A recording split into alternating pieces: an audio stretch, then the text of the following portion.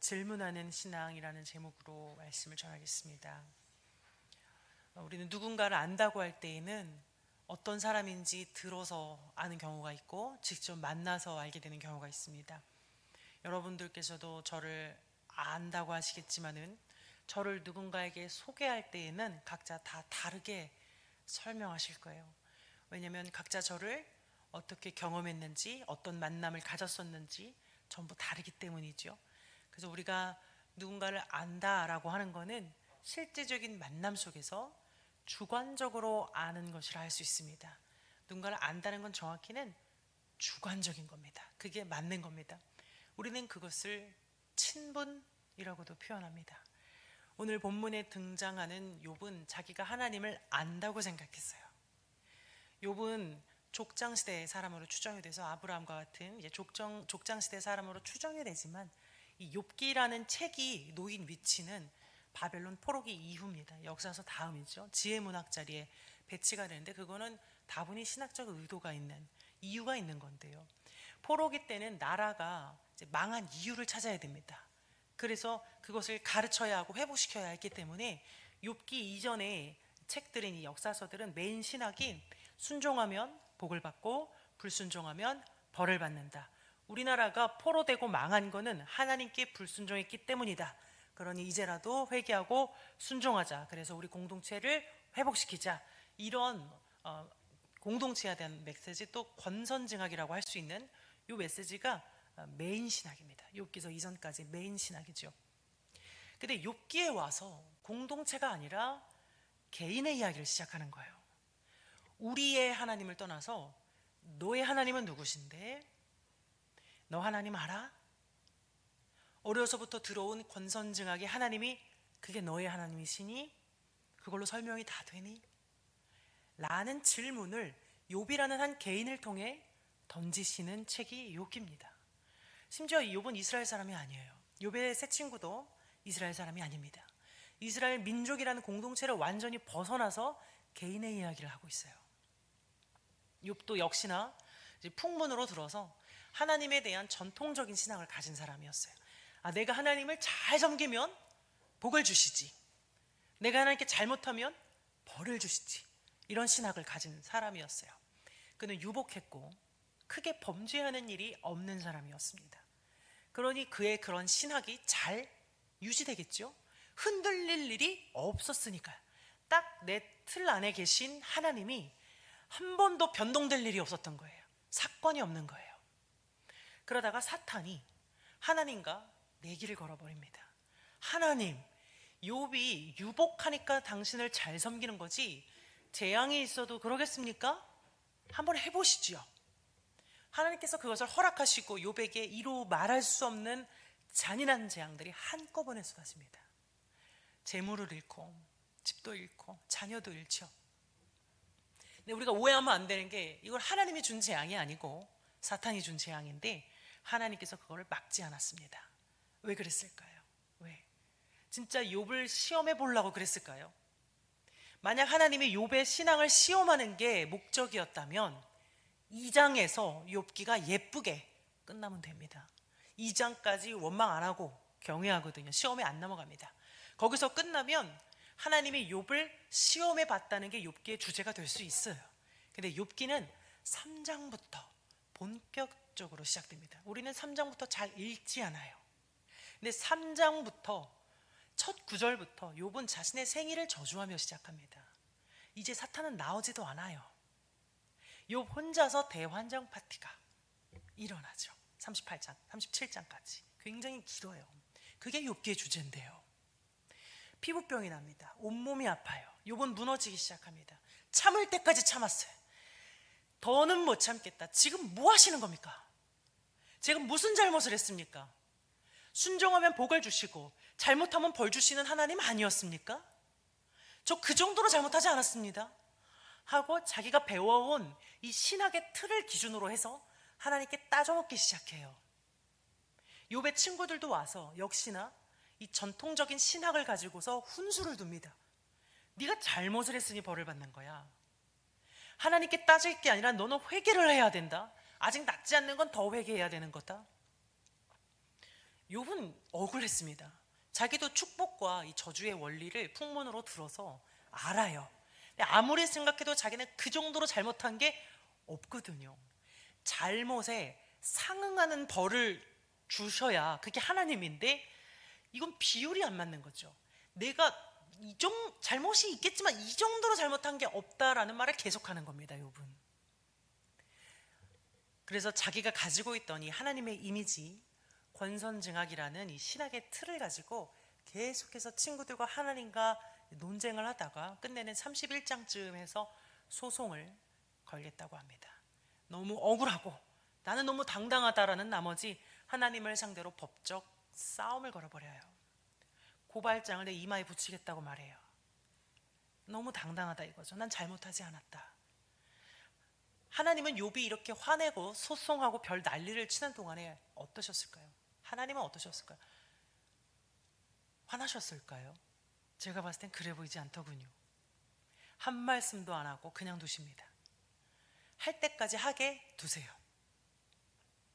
그리고 38장에서 아주 뒤늦게 나타나셔서 욥의 이 숱한 질문에 대한 대답이 없고 오히려 역질문을 하시는데 하나 넘겨주시면 38장 3절에 너는 대장부처럼 허리를 묶고 내가 내게 묻는 것을 대답할지니라.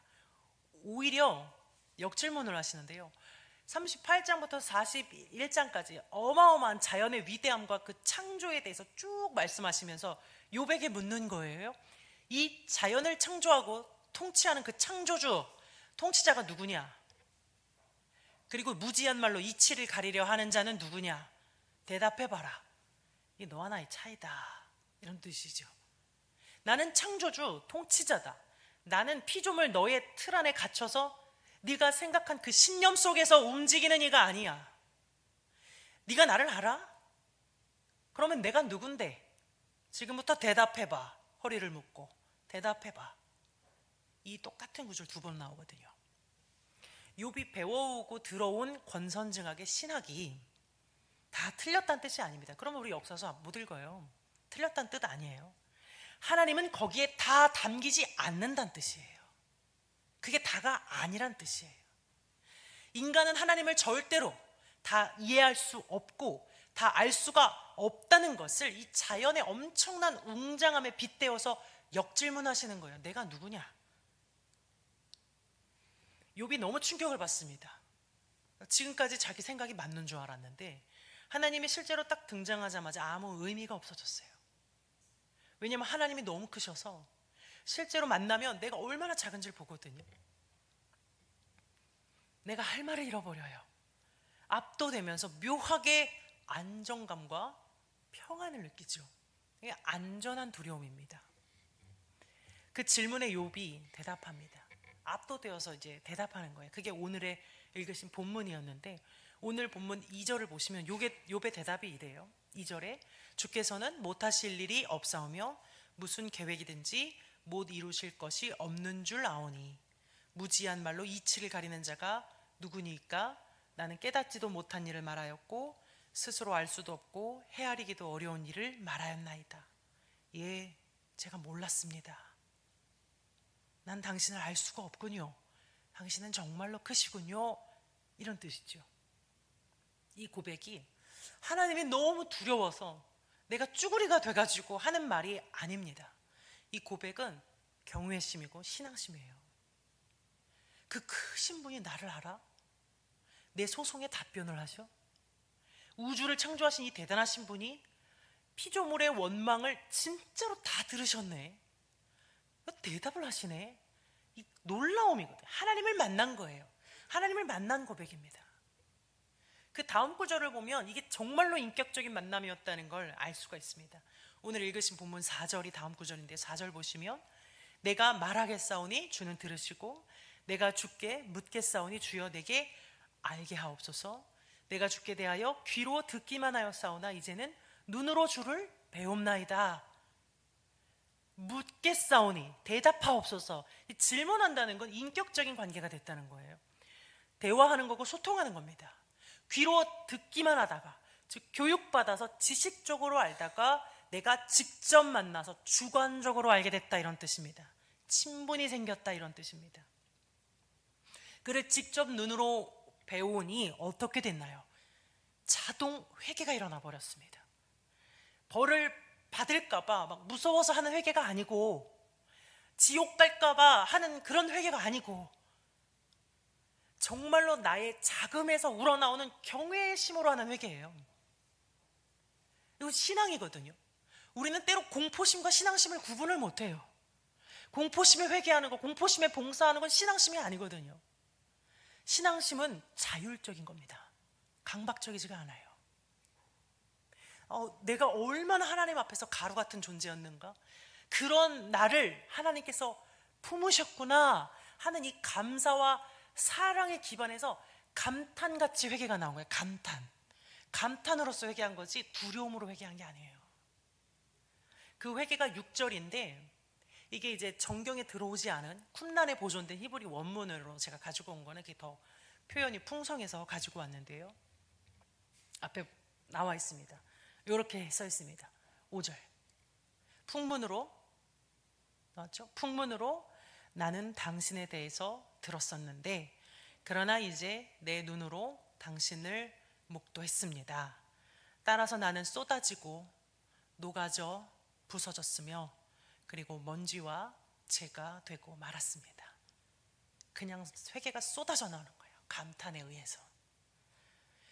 욥은 내가 하나님을 좀 안다라고 했던, 자신이 옳다고 했던 그 교만을 진심으로 회개합니다. 그리고 이제 자신의 틀을 벗어나서 하나님을 다시 새롭게 바라보기 시작합니다. 아, 무제한 고난도 있을 수가 있구나. 꼭 권선징악은 아니구나. 내가 알던 하나님이 다는 아니구나. 나는 하나님 창조주의 뜻을 다 이해할 수 없구나. 이것이 인간의 자금이고 지혜의 한계구나 하고 이 자신의 통제 밖에서 하나님을 있는 그대로 보게 됩니다. 내가 만든 하나님이 아니고 진짜 하나님을 만나죠. 충격이거든요. 어떻게 그렇게 됐을까요? 욥이 이렇게 긴 시간 투정만 부리다가 어떻게 이렇게 됐을까요? 충분히 무너졌던 거예요. 긴 시간 동안 충분히 씨름하고 고민하고 좌절하면서 자신의 아픔을 신앙이라는 이름으로 섣불리 억누르지 않고, 다 주의 뜻이 있어요 집사님 뭐 이런 거 있잖아요. 그런 걸로 섣불리 간과하지 않고 묵인하지 않고 하나님 앞에서 솔직하게 내 고통을 그대로 드러내는 시간을 충분히 가진 거예요. 충분히. 그래서 그 시간 끝에 하나님께서 마침내 나타나셨을 때 그대로 아하, 하나님이시구나 수긍할 수 있는 겁니다. 여기서부터 진짜 관계가 시작돼요. 지금부터 진짜인 겁니다. 2장까지는, 욥기 2장까지는 주시니도 여호와시오 거두시니도 여호와, 이렇게 질문이 하나가 없어요. 무조건적으로 좋아 좋아 아멘 아멘 하던 신앙에서 42장은 뭐라고 하죠? 내가 말하겠사오니 주는 들으시고 내가 주께 묻겠사오니 주여 내게 알게 하옵소서. 소통이 되죠. 질문을 합니다. 솔직합니다. 변했습니다. 그 사이에 이 긴 시간 동안 욥에 충분한 씨름이 있었다는 거예요. 고통은 신앙의 반대가 아닙니다. 괴로움은 저주나 불신앙이 아닙니다. 물론 그럴 때도 있겠죠. 잘못해서 벌 받을 때도 물론 있을 수 있겠죠. 하지만 아닐 때도 있는 겁니다. 상한 마음은 믿음의 발판이 되기도 합니다. 경직되고 무서운 관계는 질문이 없습니다. 조직은 질문이 없습니다. 군대에는 질문이 없죠. 의견이 없어요. 복종만 있죠. 군대까지 갈 것도 없고 부모 자녀라는 이 혈연 관계도 무서우면 질문이 없습니다. 서로 안 친해도 질문이 없습니다. 궁금한 게 없어요. 네밖에 없어요. 네. 땡깡이 없어요. 감히 못하거든요. 내가 땡깡을 부려도 우리 부모가 나를 사랑하는구나라는 믿음이 있어야 아이가 땡깡을 부리거든요. 근데 그 믿음이 없으면 땡깡을 못 부려요. 근데 아이는 원래 땡깡 부리는 게 당연한 건데요. 그게 자연스러운 건데요. 그거 못하고 크면 평생 긴장 상태로 살아가게 되죠. 제가 마트에 갔는데 이 술 냄새가 풀풀 나는 담배 냄새, 술 냄새. 그냥 안 봐도 아시겠죠? 어떻게 생겼는지. 머리는 떡져 있고 잠바는 풀러 헤쳐져 있고 매우 불량해 보이는 그런 할아버지 뻘 돼 보이는 남자가 있었어요. 아버지 뻘이 아니고 할아버지 뻘입니다. 근데 초등학교 4학년쯤 돼 보이는 여자아이가 같이 있어요. 당연히 할아버지라고 생각했는데 아버지더라고요. 그 아이의 준비물을 사려고 하는 것 같아요. 아이가 굉장히 신중하게 뭘 골랐습니다. 아이가 너무 귀여웠어요. 통통하고 너무 귀엽게 생겨가지고 제가 보기만 해도 미소가 지어지게 너무 사랑스러운 아이였어요. 여자아이. 막 신중하게 고르는데 갑자기 마트에 큰 소리가 나요. 야! 네가 뭔데 비싼 걸 사? 네 아빠 부자야? 아무거나 사면 되지. 니까짓 게 뭔데? 니까짓 게 뭔데 비싼 걸 고르고 지랄이야 지랄이! 놀랬죠. 가감없이 얘기해야 되니까. 마트가 고요해졌습니다. 조그만 마트예요. 그린홈 마트. 아이를 세워놓고 쩌렁쩌렁 울리게 소리를 지르고 욕을 하는데 제가 다 눈물이 고이고 수치스럽더라고요. 그 아이 너무 걱정이 돼서 얼굴을 살짝 봤더니 하얗게 굳어서 아무런 말도 하지 못하고 가만히 서 있었어요. 아버지는 욕을 하고 과일 코너로 돌아가 버리고 아이가 바로 따라가지도 못하고 멀찍이 서서 혼자 눈물을 삼키는 것 같아요. 울지도 못해요. 그냥 삼키는 거예요. 그래서 조금 있다 아버지 뒤를 따라가더라고요. 따라가야죠. 어떻게 해요? 한마디도 되돌 수 없어요. 무서우니까. 그런 생각조차 할 수 없어요. 아예 할 수 없어요. 저는 너무너무 화가 났어요. 전 너무 화가 나요. 그런 걸 보면. 그런 사람 다 커서 저한테 오잖아요. 저는 그 아저씨한테 너무 화가 나서 그러는 아저씨는 뭔데 애한테 욕을 해요?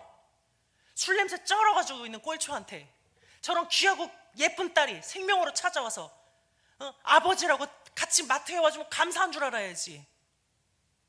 당신 같은 사람, 술 냄새 나는 사람 누가 같이 마트에 올 것 같아?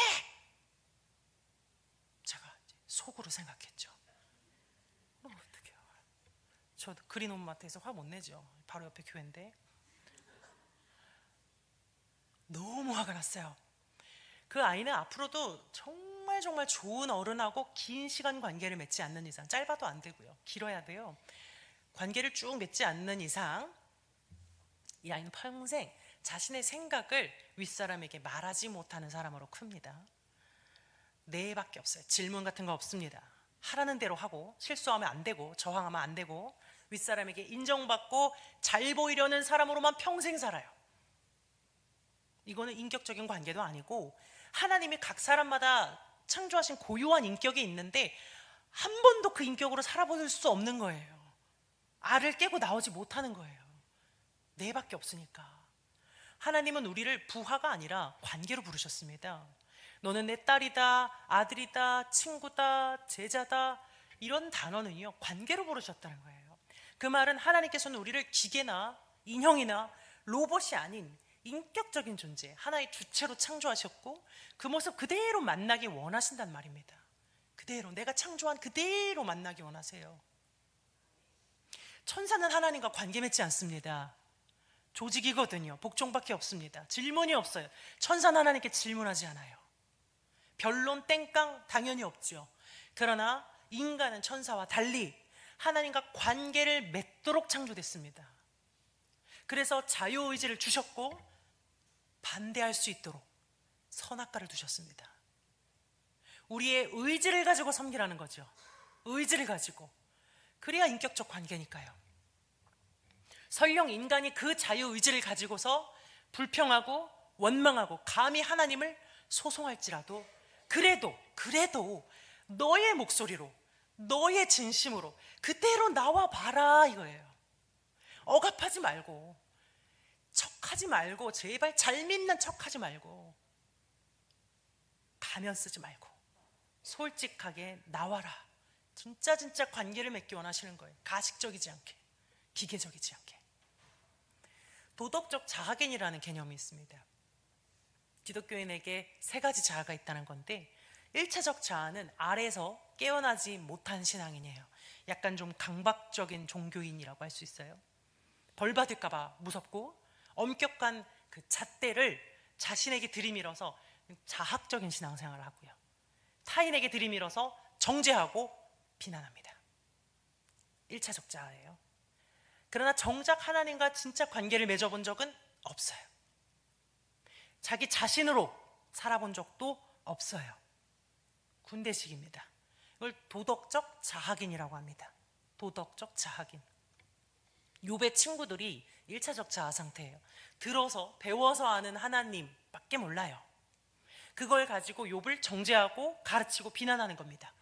마치 자기들이 하나님에 대해 다 알고 있고 그것만이 정답인 것처럼 아무런 질문도 없이 경직된 틀 안에서 하나님을 믿어요.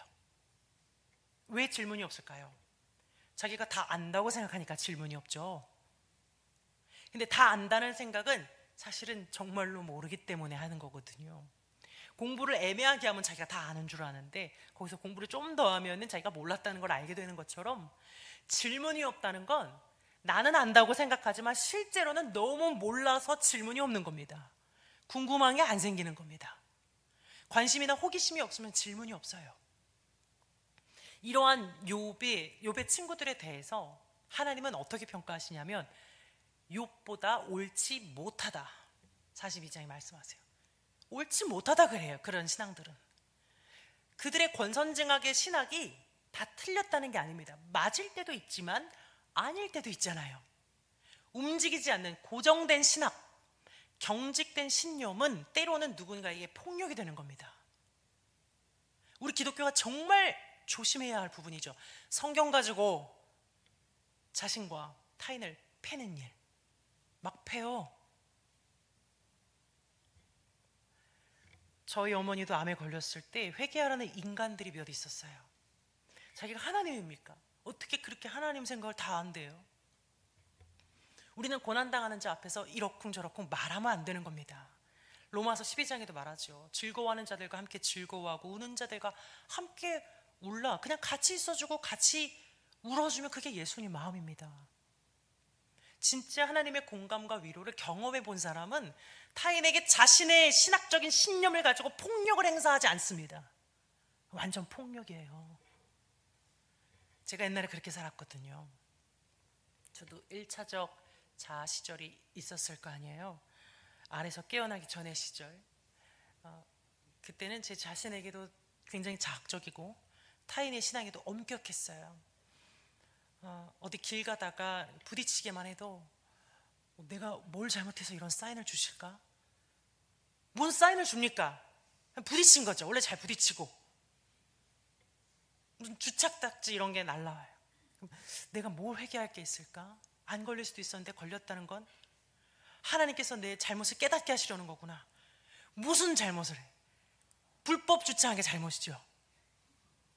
아이가 기침이 한 달 동안 낫지 않는 거예요. 내가 잘못해서 하나님이 고쳐주시지 않는구나. 기침하는 밤새 기침하는 아이를 붙잡고 엄마가 자기 회개만 하고 있어. 한 달 동안 회개를 해서 쥐어짜고 더 이상 회개할 것도 없는데 계속 회개만 해요. 그냥 애가 감기가 오래 간 거예요. 이런 걸 신경증적 죄책감이라고 합니다.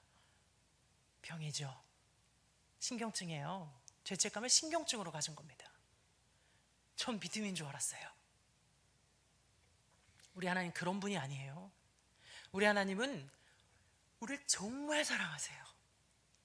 애지중지 너무너무 막 아끼고요, 막 사랑스러워가지고 막 예뻐하시는데 우리는 경직되게 군인처럼 심판주로만 보는 거예요.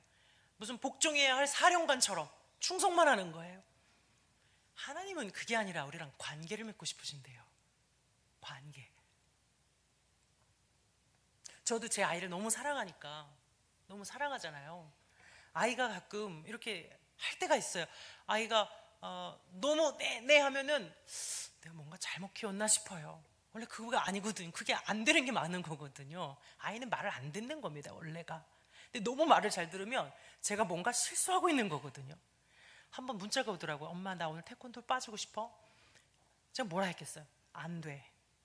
안 돼. 엄마 내 친구도 빠져. 친구 누구 이름 대봐. 이게 다 문자예요. 누구 이름을 쫙 대더라고요. 그래서 제가 걔네들은 성실하지 못한 거야. 너는 가야지. 그랬어요. 그랬더니 아이가 답장이 왔어요. 엄마 나도 성실하지 못할래. 보는데 너무 감동을 해서 제가 귀엽구나. 성실하지 못하거라. 빠져. 너무 감동을 해서 얘가 아주 갈 때까지 가보는구나. 잘 키웠다 잘 키웠어. 자기 자아가 생긴 거예요. 해보고 싶은 데까지 해봐. 이게 엄마에 대한 믿음이 없으면 이렇게 못 가불거든요. 좋은 관계가 됐다는 거라서 너무 감사한 마음으로 빠져. 그걸 아이에 대한 믿음도 있어야 돼요. 나중에 얘가 성실하게 할 거라는 믿음이 있기 때문에 봐주는 거거든요. 이게 서로 간의 신뢰입니다. 이렇게 우리가 강박적으로 열심히 배운 대로 막 순종만 하다가 어느 날 크게 고통을 맞이하게 되면 어떻게 될까요? 사람이 원망을 합니다. 의심합니다. 하나님을 공격합니다. 소송합니다. 따져요. 아무리 해도 이 해소가 안 돼.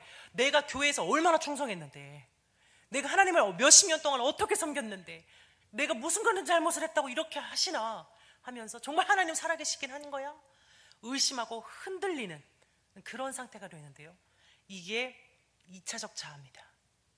의심하고 흔들리는 자아. 욥의 친구들은 여기까지 못 와봤어요. 못 와봐요. 근데 욥은 3장부터 37장까지 2차적 자아 상태. 흔들리고 의심하고 원망하는 상태. 이게 제일 길어요. 욥기에서. 욥기의 주제가 뭐겠냔 말이에요. 제가 이런 말 하니까 여러분 어떠세요? 뭐 하나님을 의심하고 공격해? 이 목사가 강단에서 못하는 말이 없네?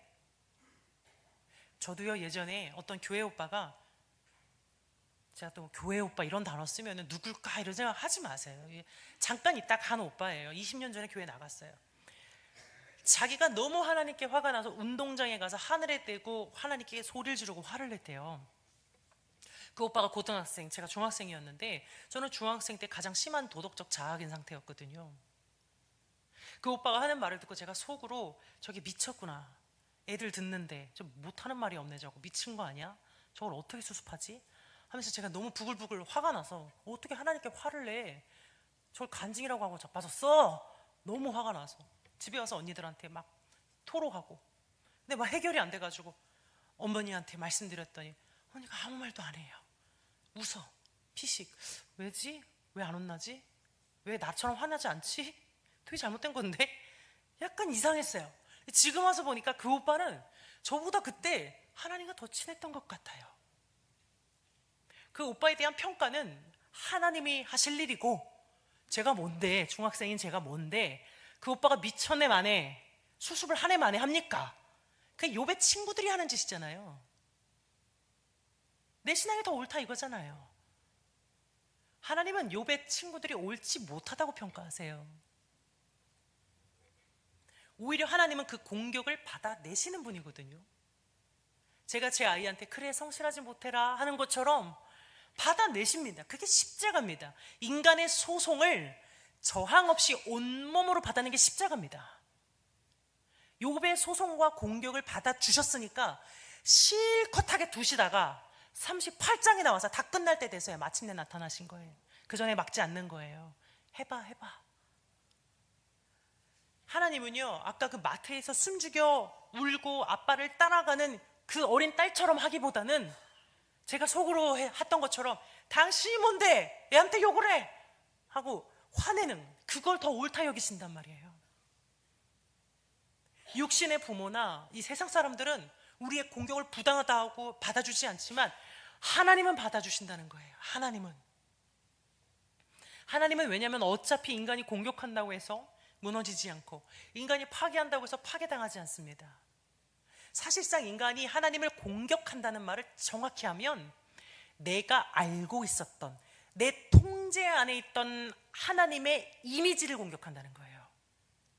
내 신념 안에 있는 내가 만들어 놓은 하나님 이미지를 공격하는 거예요. 그러니 하나님은 오히려 그 공격을 환영하시죠. 그걸 깨트려야 되거든요. 옳지, 계속해봐. 깨부수고 진짜 한번 나를 만나봐. 아래서 깨어나봐라. 나는 너의 생각에 다 담기지 않아. 네가 믿는 게 전부는 아니야. 네 생각 밖에 있는 진짜 나를 한번 만나보렴. 환영하세요. 공격을 부르세요. 그렇게 해서 본래 자기가 가지고 있던 이 하나님의 이미지가 파괴되고 나면 드디어 3차 적자, 내 틀에 갇혀있지 않은 본연의 하나님 그대로와 진실한 관계를 맺는 상태가 됩니다. 아, 내가 알던 하나님이 다가 아니구나. 내가 그를 정말이지 다 이해할 수 없고 알 수 없구나. 하나님은 그야말로 그냥 하나님이셨어. 근데 그분이 나를 만나주시는구나, 나와 관계하시는구나 하고 진짜 인격적 만남으로 깨어나는 게 3차적 자아예요. 욥은 42장에서 3차적 자아가 된 거예요. 이때부터는 자학적이고 강박적인 신앙이 아니라 정말 너무너무 친밀하고 자유로운 신앙생활을 하게 돼요. 막 억눌려가지고 무서워가지고 의무감에 하질 않아요. 굉장히 자율적으로 하는 겁니다. 네, 알겠습니다만 하는 게 아니고, 하나님 제가 묻겠습니다, 질문하는 신앙. 귀로만 들어서 아는 하나님이 아니고 내 눈으로 목도하여 보아 아는 하나님, 그 만남으로 우리를 초청하십니다. 하나님은 우리의 고통도, 이 공격도, 저항도, 의심도 다 합력하여서 선으로 바꾸어 주시고, 오히려 그것을 통해서 우리의 가면을 벗겨주시고, 경직되고 무서운 그런 껍데기뿐인 그런 신앙의 갑옷을 벗겨주시고, 인격으로 만나주시는 하나님이세요. 자유를 주시는 분이세요. 이게 욥기의 결말이에요. 이게 욥기입니다. 그 과정은 아름답지 않을 수 있습니다. 욥처럼 소송과 원망이 될 수 있고, 사라처럼 비웃음이 될 수 있어요. 사라는 비웃음을 통해 하나님 만나거든요. 베드로처럼 배신하고 떠나버리는 게 될 수 있어요. 야곱처럼 환골뼈가 부러지는 씨름이 될 수 있어요.